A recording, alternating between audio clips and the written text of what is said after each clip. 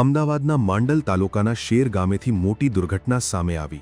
Share રખિયાણા ગામના વોંકળામાં ટ્રેક્ટરમાં રેતી ભરી રહેલા બે આશાસ્પદ યુવાનો પર અચાનક કાળ બનીને વિશાળ ભેખડ ધસી પડી। પળવારમાં અલ્પેશભાઈ ઠાકોર અને સાહિલભાઈ ઠાકોર માટીના ઢગલા નીચે દટાયા અને ઘટના સ્થળે જ તેમનું મોત થયું। ઘટનાને પગલે લોકોના ટોળે ટોળા ઉમટી પડ્યા હતા અને ભારે જહેમત બાદ મૃતદેહોને બહાર કાઢી પીએમ અર્થે વિરમગામ હોસ્પિટલ ખસેડાયા હતા।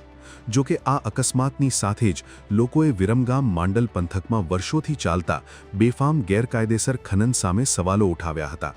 લોકોએ આક્રોશ ઠાલવ્યો કે રસ્તા પર દોડતા ઓવરલોડ ડમ્પરો અને નદી નાળામાં થતું આ આડેધડ ખોદકામ આજે બે યુવાનોને ભરખી ગયું છે। સૌથી મોટો સવાલ એ છે કે તંત્ર હજુ કેટલી જિંદગીઓના ભોગ લેવાયા પછી જ જાગશે? શું ભૂમાફિયાઓના ખિસ્સા ભરવા માટે નિર્દોષોના લોહી રેડાતા રહેશે?